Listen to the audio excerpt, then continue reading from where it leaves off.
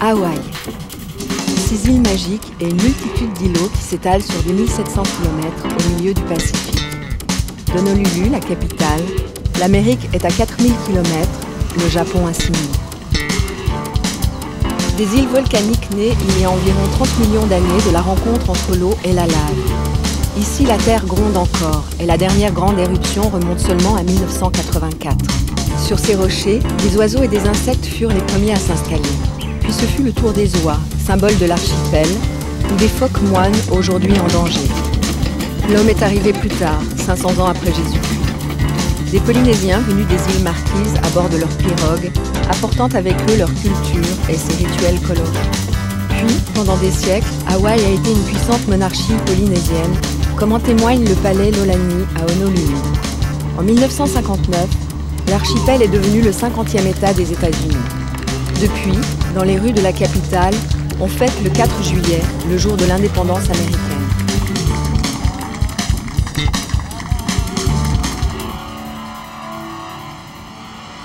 Honolulu est aujourd'hui une métropole de plus d'1 million d'habitants.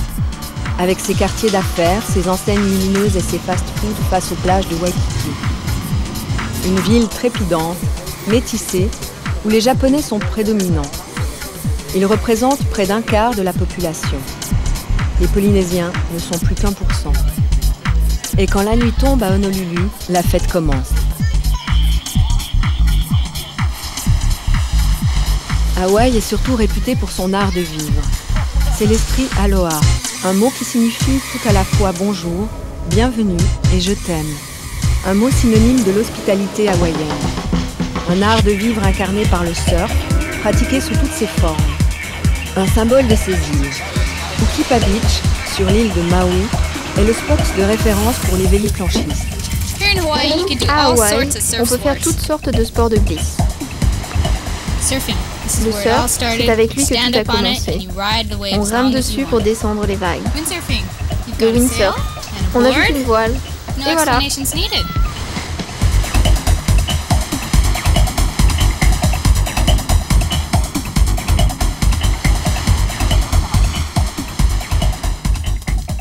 Le kitesurf, le nouveau sport. Là, il faut bien se tenir pour voler sur l'océan.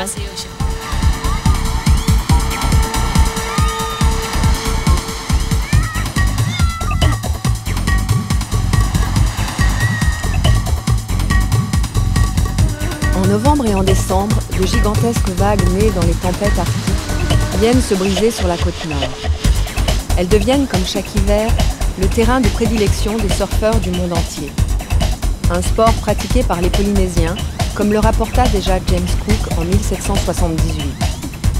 Aujourd'hui venus s'entraîner pour des compétitions ou simplement à la recherche de sensations fortes, les surfeurs font l'attraction des plages hawaïennes.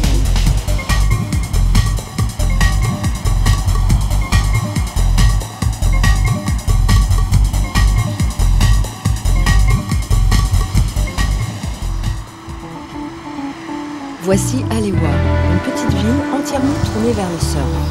Pour tous ses habitants, affronter les vagues n'est pas seulement un sport, mais plutôt un style de vie. C'est là qu'a grandi Love Hodel. Il a 28 ans. Il est l'un des meilleurs surfeurs de la côte nord. Le surf est presque une religion, particulièrement à Hawaï. Les vagues ont une autre signification, car quand je suis dans la mer, la vie ne tient qu'à un fil.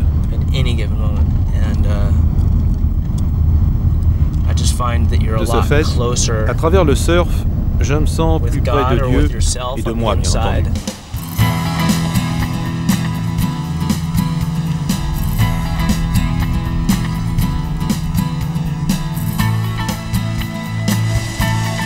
Love Hodel est l'un des meilleurs surfeurs au monde.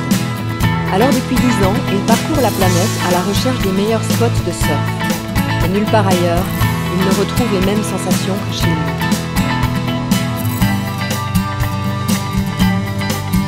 Des sensations comme celles de Pipeline Beach. Ici, les vagues font jusqu'à 12 mètres de haut. Quand elles se brisent, elles forment un tube parfait. Le pipeline dans lequel glisse le surfeur. La figure par excellence est la plus difficile. Pas étonnant donc que ce spot soit aussi renommé pour ses dangers. Et 24 heures sur 24, les maîtres nageurs, les watermen, surveillent le spectacle. Mais malgré leur courage, chaque année, certains perdent la vie dans ces monstres d'écume. Tracy, la petite amie de Love, le sait bien. Dans ces conditions, seuls les meilleurs s'en sortent. Le danger permanent est sans aucun doute l'émotion que l'on ressent. On va toujours à la limite. Je suis excité quand une vague me renverse et que je reste sous l'eau un bon moment. Je m'angoisse aussi un peu, bien sûr, mais je suis ravi d'avoir encore franchi une limite.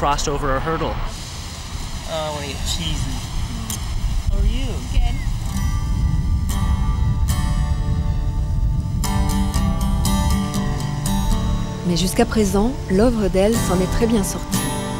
Et puis en cas de problème, il y aura toujours les watermen. À l'heure de la pause déjeuner, les surfeurs se retrouvent autour d'une pizza Sunset sur Sunset Beach, bien entendu.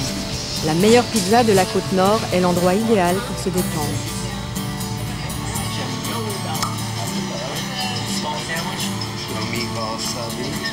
John est un ami de Love. Il s'est fait prendre une fois dans une énorme vague, mais il a eu de la chance et s'en est plutôt bien sorti. Rien de grave, juste une grosse frayeur.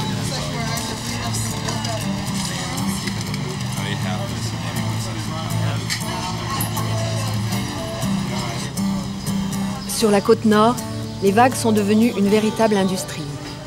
Surfrider, par exemple, une petite boutique où l'on peut trouver toutes les nouveautés en matière de planches. Aujourd'hui, Tracy souhaite trouver un petit modèle plus souple. Love est le spécialiste idéal pour la conseiller. Hey, how are you guys doing? Good, thank you. What, this one? I'm going to surf hopefully till the day I get old. Je ferai du surf jusqu'à ce que je sois vieux, jusqu'à ce que je ne puisse plus tenir sur ma planche. Her getting nervous. I mean, it's normal for her to get. Ma petite amie a souvent peur pour moi quand je surfe sur les lames brisantes. Sometimes I even think about her when I'm out there. You know, I don't want to leave her without saying goodbye to me. Parfois, je me dis que je ne devrais pas la quitter sans lui dire adieu. Il est possible que j'y laisse un jour ma peau, mais je doute d'en arriver là. C'est pour ça que je continue.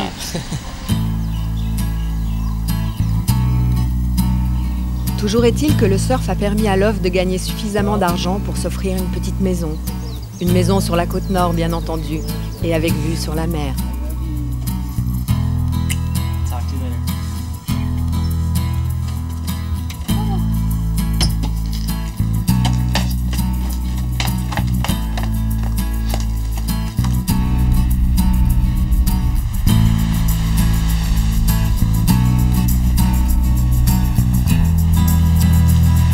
Et sur la côte déserte au nord de Maui, on trouve une autre facette d'Hawaï.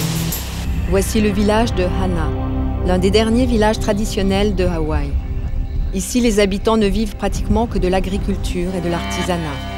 Un village rendu aux Hawaïens par un industriel anglais, Paul Fagan, qui a racheté ce terrain à l'un des rois du sucre.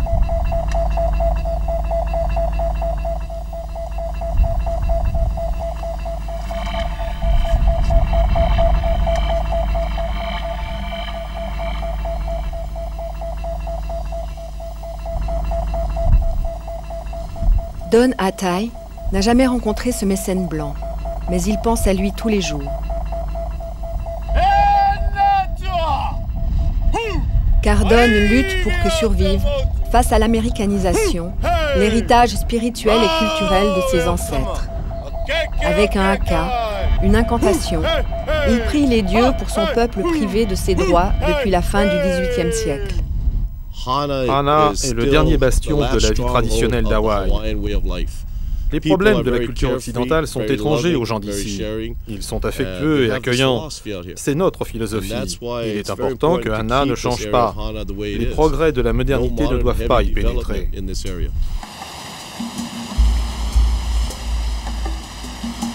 À Hana, la vie suit tranquillement son cours.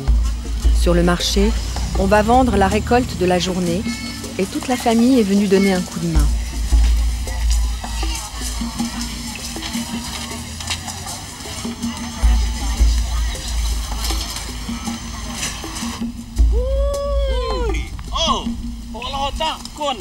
Don rend visite à son ami et maître spirituel Francis Sinenzi. Il est le maire de Hana. Il a entrepris la construction d'un hale, une maison traditionnelle. Une coutume qui a fait sa réapparition, comme d'autres, dans les années 60. Sa tribu, les Kawika, est particulièrement réputée pour ce savoir-faire. Ici, c'est un hale-moa. Les hommes venaient ici pour manger. Seuls les hommes pouvaient entrer. Nos ancêtres allaient dans un hale-moa après la chasse ou la guerre pour se reposer ou pour penser aux dieux. Seuls les garçons à partir de 14 ans pouvaient entrer dans cette maison. Les femmes mangeaient à part. Aujourd'hui, si les kapu, ces règles qui dirigeaient la vie des Hawaïens, et d'où vient le mot tabou, ne sont plus respectées à la lettre, le culte des ancêtres perdure. Leurs esprits vivent plus loin, sur les côtes volcaniques de Hana. Don, lui, se préoccupe surtout des droits de son village. Il essaye d'obtenir davantage de terres pour les indigènes de Hawaï, afin qu'ils puissent vivre comme leurs ancêtres et faire survivre leurs coutumes traditionnelles.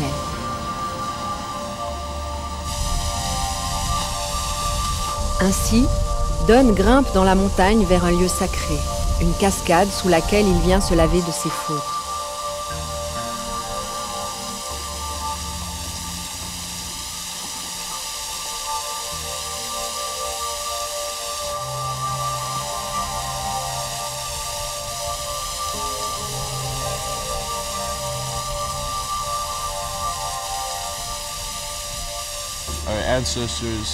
Nos ancêtres ont vécu non seulement avec la nature, mais ils en faisaient partie.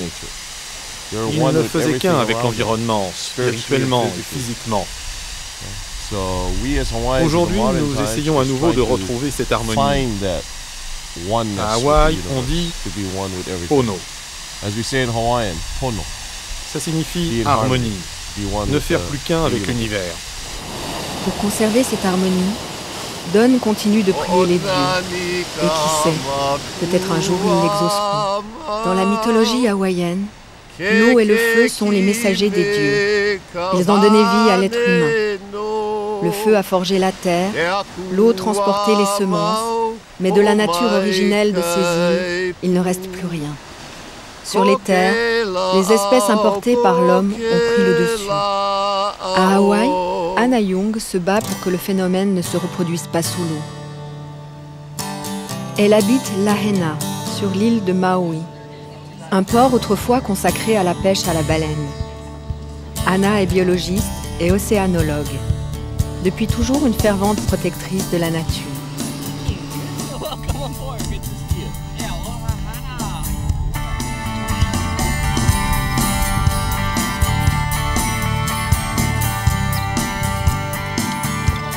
Anna travaille depuis plusieurs années à un programme de préservation des coraux.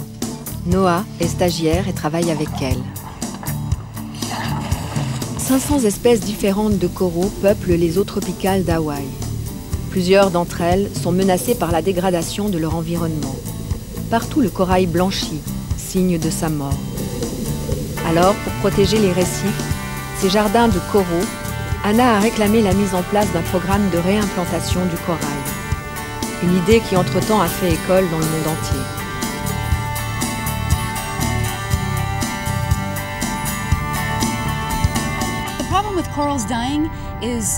Les récifs de coraux sont vitaux pour près de 40% des poissons. S'ils disparaissent, les poissons ne pourront pas non plus survivre. C'est comme la destruction des forêts équatoriales.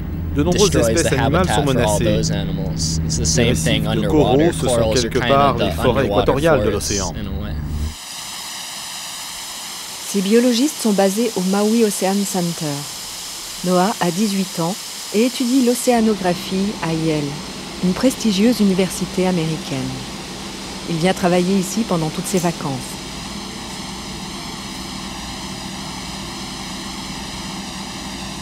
Les coraux sont cultivés pendant 2 longues années dans un petit aquarium. Ils sont ensuite réimplantés dans leur milieu naturel où pratiquement tous survivent. Mais avant cette étape, Noah surveille la taille et l'état de santé de chaque corail. Semaine après semaine, il photographie tous les spécimens. Ces données et d'autres relevés permettent de suivre son bon développement.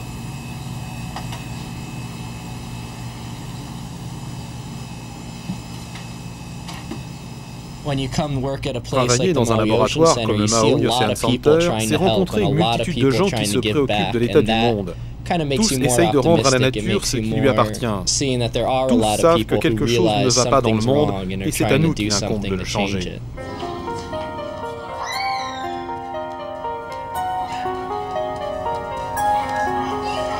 À proximité du laboratoire de recherche, le centre océanographique de Maui dispose également d'un gigantesque aquarium. Tous les jours, Anna y plonge au milieu des requins et des raies léopards.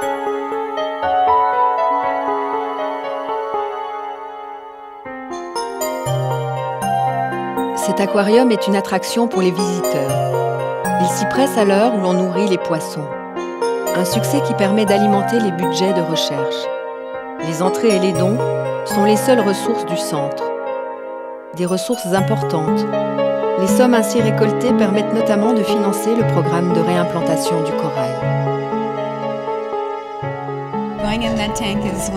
Quand je travaille dans cet aquarium, je sais pourquoi je suis devenue océanographe. Je suis tombée amoureuse de la mer. Je voulais tout savoir sur ce monde subaquatique. Ici, je me sens chez moi, même avec 25 requins autour. Je suis à l'aise. Je n'ai pas peur.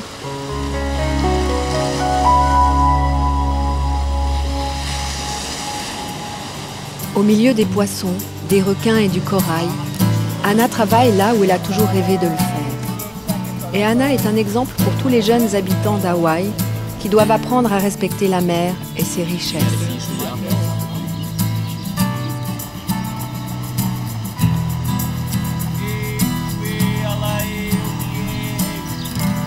Nous voici maintenant à Kihei, sur la côte ouest de l'île de Maui.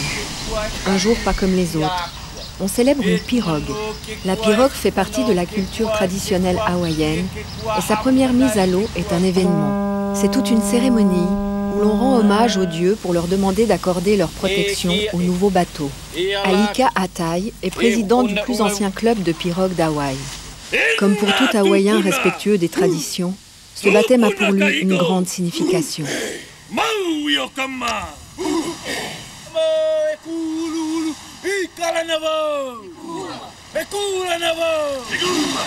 Car ce sont ses ancêtres, les Polynésiens, qui ont été parmi les plus grands marins de tous les temps. Ceux qui, sans aucun système de navigation, ont découvert Hawaï bien longtemps avant les premiers Blancs. La légende raconte que deux pirogues sont parties des Marquises pour découvrir la mer. L'une en direction de Hawaï, l'autre vers Tahiti. 50 à 70 ans plus tard, une autre pirogue a atteint Hawaï en partant de Tahiti. La colonisation de Hawaï a commencé à partir de ce moment-là.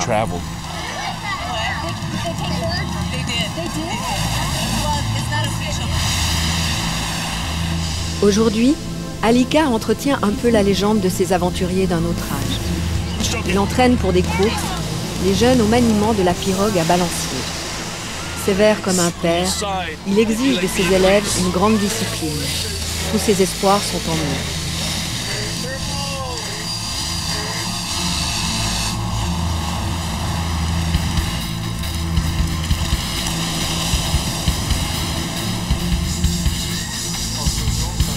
Wafa a 80 ans. Il continue d'entretenir lui aussi la tradition. Avec sa famille, il construit ses élégantes pirogues, les okulea, dans des essences de bois nobles. Son art, Wafa le tient de son grand-père, un Tahitien. Avec cet enseignement, il a participé à la renaissance de la construction de ces pirogues, il y a 25 ans. Il connaît les particularités de chaque essence de bois et celles les plus appropriées à chaque pièce de la pirogue.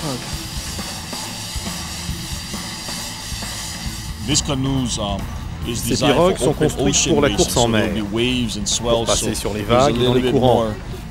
Elles sont un peu courbées, c'est uniquement pour mieux se déplacer sur les vagues. La forme du bateau doit toujours correspondre aux conditions nécessaires pour aller en mer. Le bois et l'adresse des fabricants de bateaux déterminent en fin de compte le succès.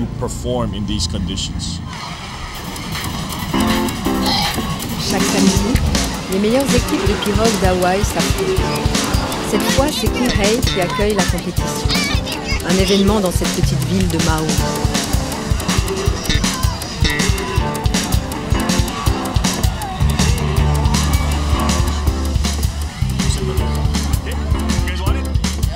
Quelques derniers conseils aux jeunes sportifs, puis les pirogues à balancier sont mises à l'eau.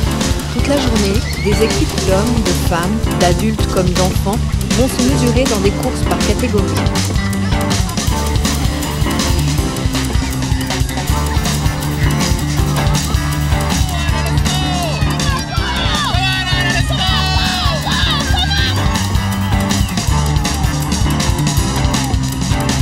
Et les élèves d'Alika entament un sprint d'enfants. Ils ont entre 14 et 16 ans et devraient remporter la victoire dans leur catégorie. Un succès qui les rendra certainement très populaires. Mais si avec cette victoire, l'équipe de Kihei remporte une partie des épreuves, pour les juges, ce n'est pas suffisant.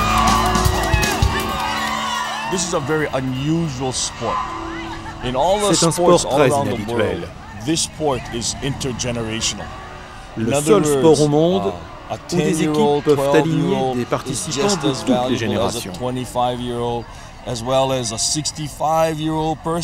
Et les équipages de jeunes filles de 10 ans comptent autant que ceux d'hommes de 25 ans ou de femmes de 65 ans. Alors même si un équipage a remporté la victoire dans l'une des catégories, l'équipe ne sera classée qu'au deuxième au tableau général. La grande famille du club de pirogues de Kihei est encore déçue. Pour la 10e fois, elle se retrouve derrière Honolulu, sa grande rivale. L'équipe garde pourtant l'esprit sportif. Et c'est avec le sourire que tout le clan des piroguiers fait la fête. Avec, comme toujours à sa tête, Alika, le chef de cette petite famille. Ils danseront jusque tard dans la nuit, et pour une fois, l'entraînement du lendemain attendra.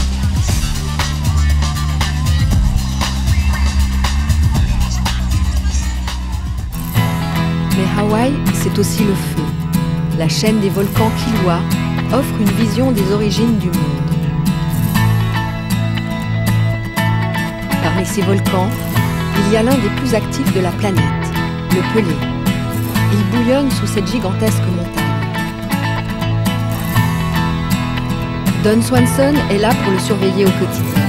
Don est vulcanologue et depuis plus de 5 ans, il dirige les services administratifs du Big Island Volcano National Park. À chacune de ses tournées, Don inspecte l'horizon.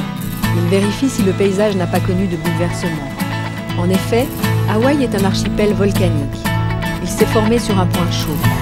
Une zone toujours active où la croûte terrestre plus mince laisse échapper de la lave. Et c'est cette lave qui a formé une par une, d'ouest en est, chacune des îles. Big Island est la plus à l'est, la plus jeune et la plus active.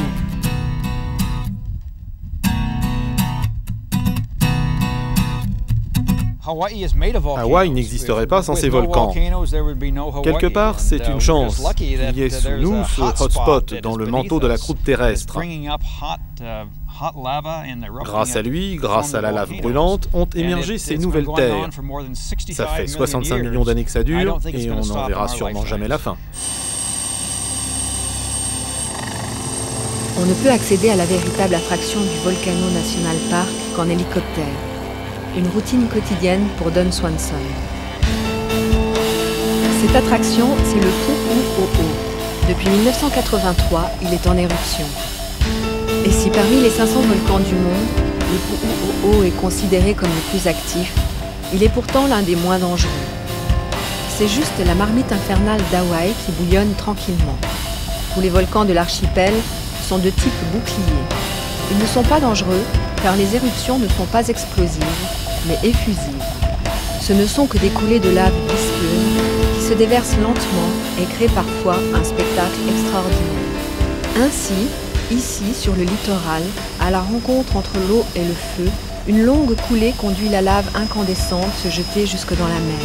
Les éléments s'affrontent et c'est Big Island qui gagne, car chaque année, l'île s'agrandit de quelques hectares de terre vierge. Cette lave coule pendant un certain temps avant d'arriver jusqu'à la mer. Elle parcourt aujourd'hui 60 à 70 km à l'intérieur des terres. Au fur et à mesure des années, elle s'est recouverte de végétation, puis a été habitée. Il y a d'abord eu l'activité volcanique, et ensuite la lave, puis un sol fertile. Nous voyons ici d'une manière exemplaire comment s'est forgé le monde. Ici, nous n'en sommes seulement aux prémices, mais un jour, il y aura peut-être une forêt équatoriale. Même si le sol est refroidi, il faut être prudent. La pierre est très poreuse et la lave brûlante coule juste en dessous.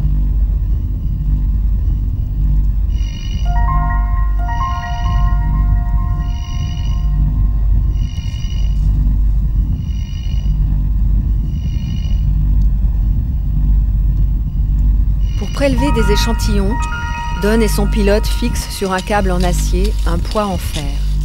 Puis le chercheur le lance dans la lave incandescente.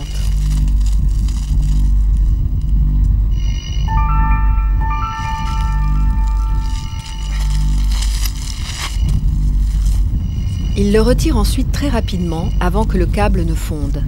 Car même si elle se refroidit en quelques secondes, la lave au départ est à 1100 degrés Celsius. Don peut maintenant prélever son échantillon.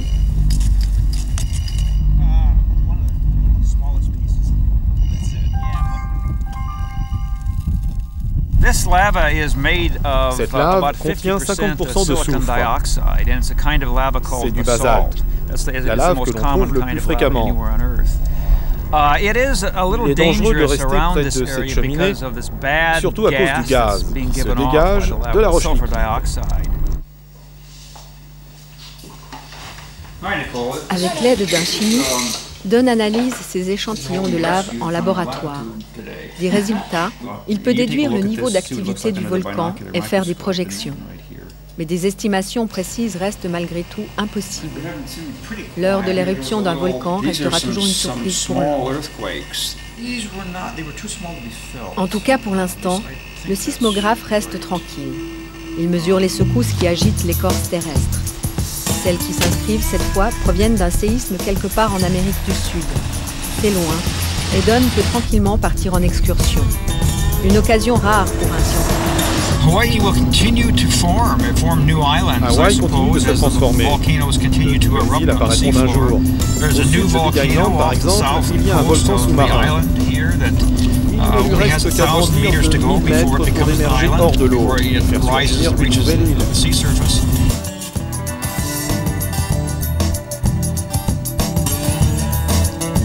Culminant à plus de 4000 mètres d'altitude, le Mauna Kea est le plus grand volcan du Pacifique. De son sommet, on pourra donc peut-être bientôt apercevoir une nouvelle île dans l'archipel d'Hawaï.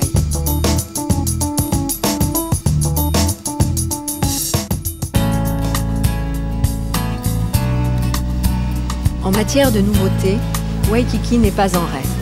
Ici, c'est la Mecque du tourisme hawaïen, surtout pour des millions de Japonais. Et pour ces visiteurs d'Extrême-Orient, la société Watabi propose un service du dernier cri. Shin et Pato souhaitent se marier dans ce lieu paradisiaque. Watabi leur propose une solution rapide et économique. Le mariage à petit budget tout compris, en 10 minutes et en groupe. Les jeunes gens, après de courtes formalités, commencent par essayer leur tenue. Les costumes et robes sont compris dans la prestation. Même si les Japonais sont pour la plupart bouddhistes, le mariage en blanc est le nec plus ultra pour la jeune génération. Mais comme il ne faut pas tout de même paraître trop occidental, de la styliste au chauffeur, Watabi n'emploie que des Japonais. Shin et Pato ont à peine atterri depuis 2 heures à Hawaï, qu'ils sont déjà au 7e ciel.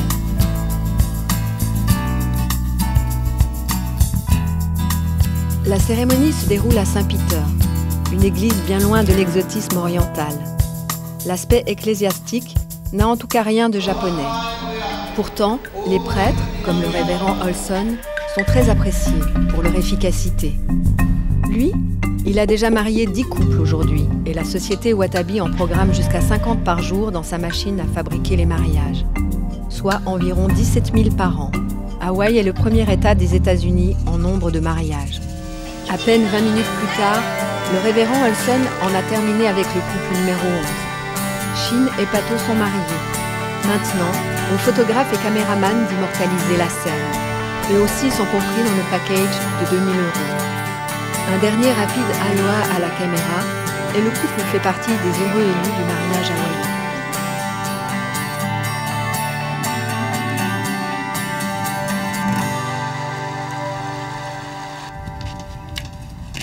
Dans une partie de l'île, George Kaumoku, l'un des musiciens les plus célèbres d'Hawaï, joue de la guitare slide. Une guitare à 12 cordes détendues, importée dans l'archipel par les Californiens.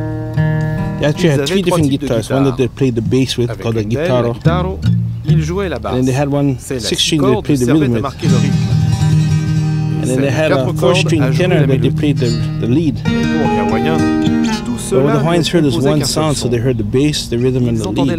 That's what makes slack guitars. Difference. Now, the reason we call it slack is because we're actually slackening the strings, and it's an open tuning. And each family developed their own tunings depending on where you came from. And this is a taro patch tuning.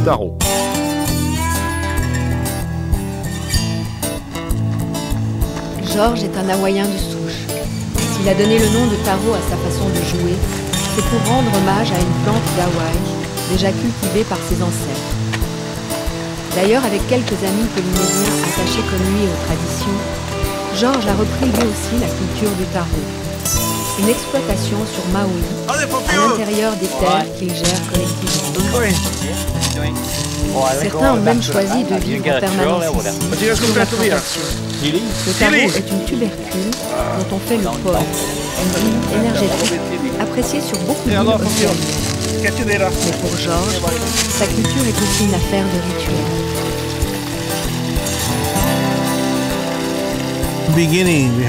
La légende raconte qu'au commencement, il y avait Wakea, le dieu du ciel, et Appa, la déesse de la terre. Ils ont tous les deux commencé à vibrer, et de cette vibration est né un fœtus. Comme il était mort-né, ils l'ont enterré à l'est du pays. Il en est sorti le taro, puis le ciel et la terre ont vibré une seconde fois ensemble, et il en est sorti l'homme. But the one that had vibrated the first upsprung the taro plant. Dans les légendes hawaïennes, in Hawaii le taro culture, est the donc taro is notre like frère an older aîné, brother. It's like a Hanaumua, the oldest of the oldest.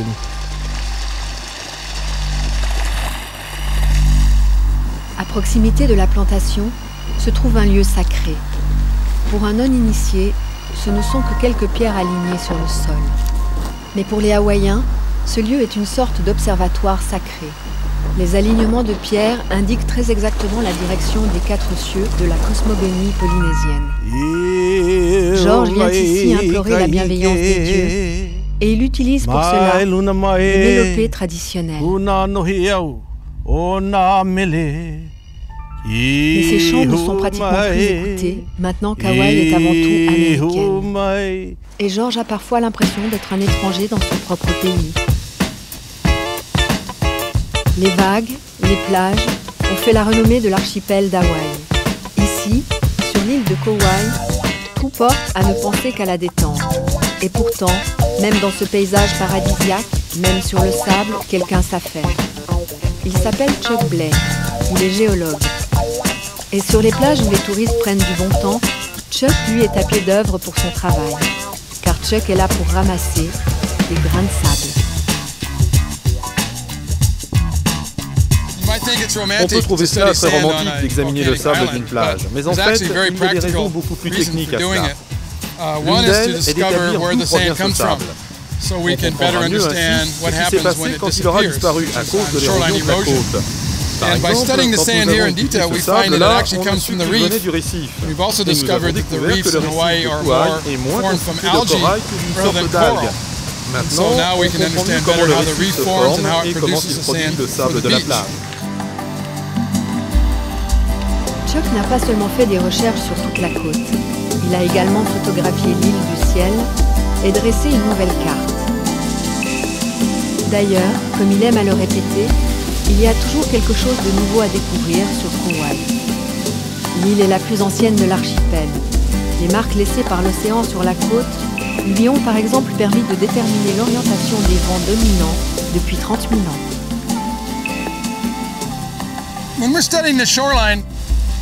C'est très intéressant d'explorer la côte, car c'est vraiment une interaction entre l'océan et la Terre. C'est l'environnement le plus dynamique sur Terre. Quand on veut comprendre ce qui se passe sur la côte, il faut savoir ce qui se passe dans la mer.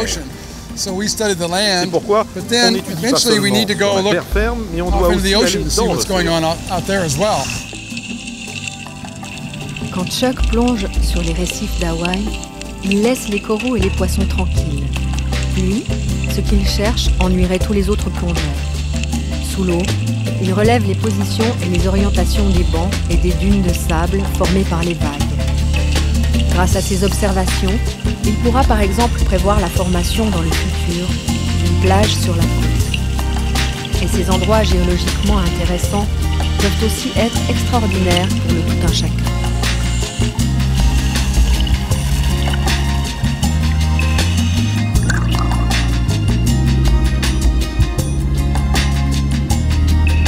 Ainsi, le Waimea Canyon, le Grand Canyon d'Hawaï, est une immense faille qui traverse l'île de Kauai. Ici, Chuck peut remonter loin dans le passé de l'île sans trop de matériel. Toutes les couches géologiques sont facilement accessibles pour l'explorateur averti. Au départ, j'étais guidé uniquement par ma soif de science. À Hawaï, je peux faire des recherches et continuer à apprendre. Et je peux apprendre aussi aux autres quelque chose de plus sur la Terre. Car ici, tout est rassemblé en un lieu où on peut facilement observer les choses. Je travaille donc aussi aujourd'hui pour essayer d'aider les gens à comprendre les véritables enjeux de la géologie et de l'écologie. Pas seulement pour brandir le drapeau du sauvetage de la Terre, mais surtout pour comprendre comment notre environnement fonctionne. Mais comme aux États-Unis, les scientifiques indépendants ne peuvent compter que sur eux-mêmes pour financer leurs recherches, Chuck a trouvé une solution. Il propose aujourd'hui ses services comme guide géologue et vend ses photos aériennes. Parfois, je suis un scientifique, mais parfois, je suis aussi un homme d'affaires. Alors, je dois m'habiller en conséquence. La tenue à Hawaï, c'est une question vite réglée. Il n'y a qu'un vêtement de travail, la chemise hawaïenne. Chuck jongle avec les casquettes. Un jour, il fait sa propre publicité dans les hôtels ou les agences de voyage. Le lendemain, il part photographier avec un ami la côte Napali pour compléter sa série de prises de vue aériennes de Kauai. Des images qui seront mises à la disposition de ses collègues et de son service administratif.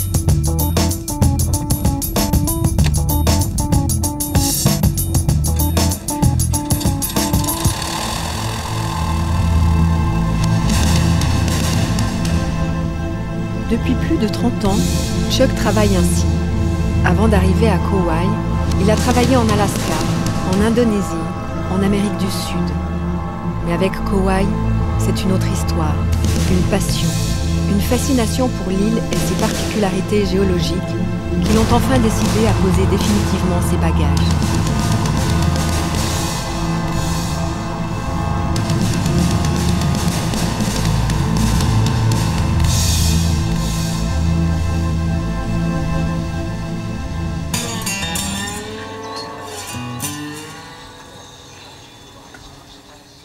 Car Hawaï est d'abord un archipel de passion. Dans ce 50e État des États-Unis, le cheval est comme sur le continent, l'un des symboles du rêve américain. Et Luca possède un ranch dans les montagnes Oahu où elle monte régulièrement. Luca, elle, est à moitié hawaïenne et le cheval est sa passion. Aujourd'hui, elle bichonne Lone Star pour une grande occasion. Nous sommes à la veille de la grande parade du festival Aloha, à laquelle Luca va participer. Debbie, une ancienne Miss Hawaï, est venue lui rendre visite. Pour les 6 heures de parade, Luca sera la princesse de son île natale. Une performance pour laquelle elle s'entraîne depuis plusieurs semaines, mais surtout un honneur auquel elle va consacrer toutes ses économies. Car chaque participant doit payer lui-même son costume et les frais de tout son équipage. Luca n'a pas hésité à investir près de 20 000 €. Le rêve américain n'a pas de prix.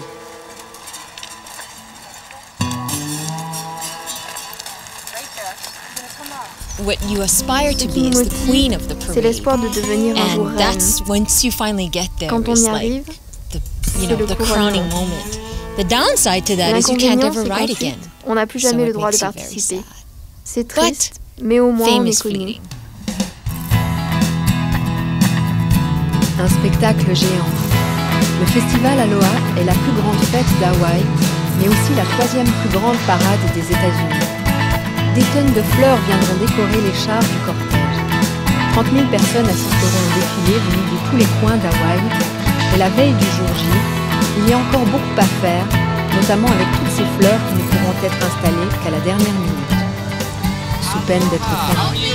Fine, how are things coming? Oh, pretty hectic. But we look forward to seeing your float tomorrow morning in the parade. We got till midnight. Le départ de la parade est donné au beau milieu des grands immeubles d'Honolulu. Des danseuses de hula, la danse traditionnelle, accueillent avec l'organisateur, le roi du festival. Aloha! Music to the king's ears. Ladies and gentlemen, it is indeed our pleasure to be a part of the opening ceremony of downtown Ho'olalea. La fête peut commencer. Toute la journée, une partie de la ville restera fermée. La nuit tombée, tous les participants mettront en pratique la devise de la nuit. Ensemble pour danser et chanter. Une devise prise très au sérieux par les Hawaïens.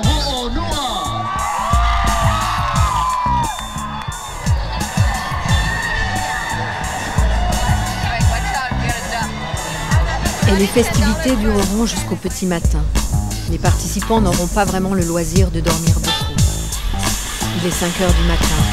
La parade ne commence que dans 3 heures, mais la première équipe s'installe déjà pour mettre une touche finale à ces préparatifs.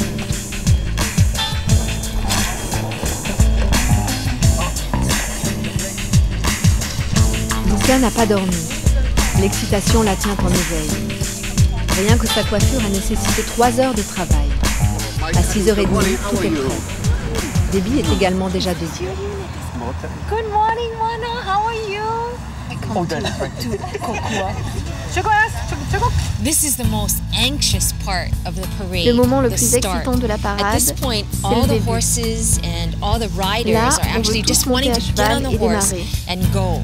But before that happens, the judges come by. All the equestrian riders get judged on poise, leur costume, how they ride as a unit, and their costume and leis.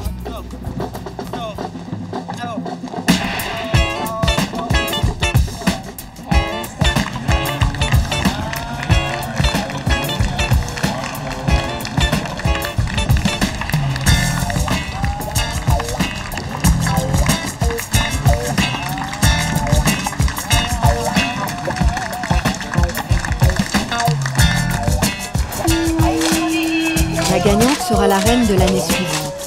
Alors peut-être que Luca troquera sa parure de princesse de Niue pour celle de reine du festival Aloha.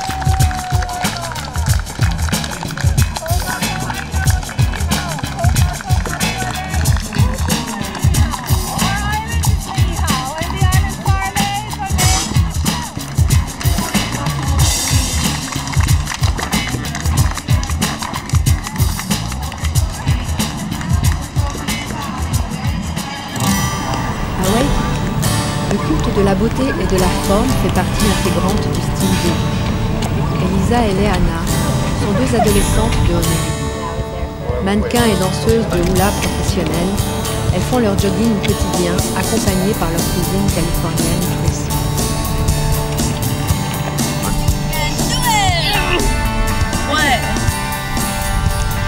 Elles font leurs exercices dans Princess Kalulanita, là où s'entraînent également les danseuses du Kamehameha Dance Group, l'une des meilleures troupes de hula de Hawaï. Le hula, la danse traditionnelle polynésienne, vit en ce moment une véritable renaissance. À l'origine, cette danse est un art sacré, une sorte de prière où la gestuelle tenante aussi du nid évoquait l'action que l'on souhaitait se voir réaliser. Avec l'évangélisation, le hula a failli disparaître et de nombreuses figures n'existent plus. Remis au goût du jour, il fascine à nouveau les jeunes filles.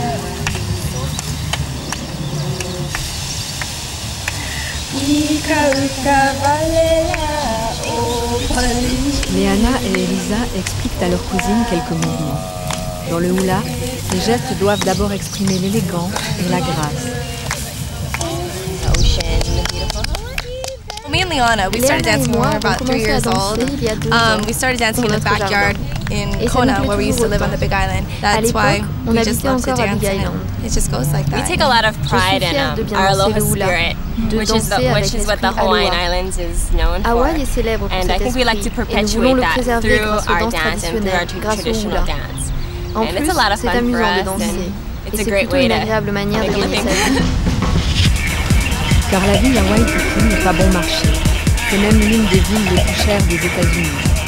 Il n'y a pas un endroit plus raffiné et plus chic pour prendre un bain de soleil. L'important à Waikiki, c'est de voir et d'être vu.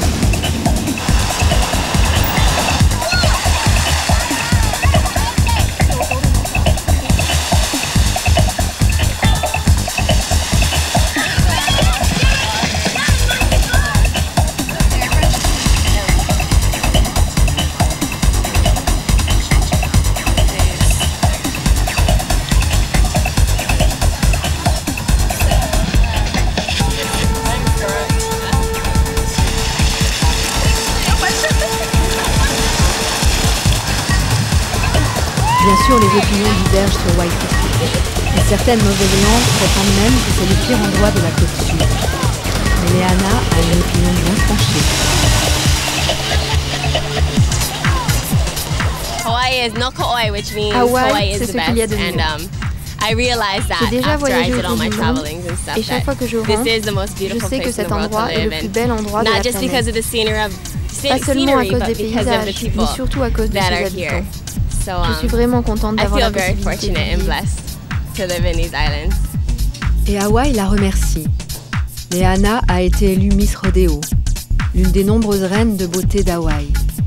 Elle rêve qu'un jour son physique lui permettra de faire du cinéma, mais en attendant, elle danse le hula avec sa sœur dans un grand restaurant.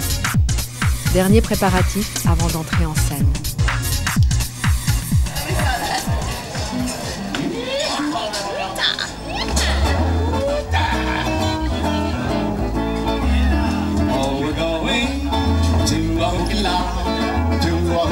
Autrefois, le hula se dansait uniquement devant les hommes pour remercier les dieux.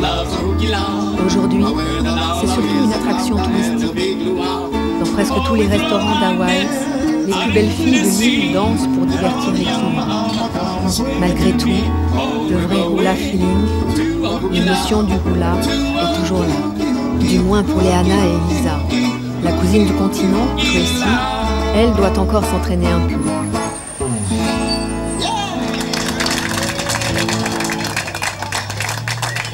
From my heart. Cette danse vient du cœur. It's very special and it runs deep. Le hula est quelque chose de très particulier pour moi. Il est profondément enraciné chez les gens d'Hawaï. Je considère le hula comme un grand cadeau que je peux offrir aux autres. Je danse pour rendre les gens heureux. Mais il n'y a pas que le hula. Leur travail terminé, elles retournent à la vie moderne. Comme tous les jeunes, elles se précipitent dans les discothèques chics de la ville, là où les jolies filles sont toujours les bienvenues. Et jusque tard dans la nuit, elles danseront, mais cette fois du hip-hop, pas du hula. La tradition et la modernité se côtoient à merveille à Hawaï.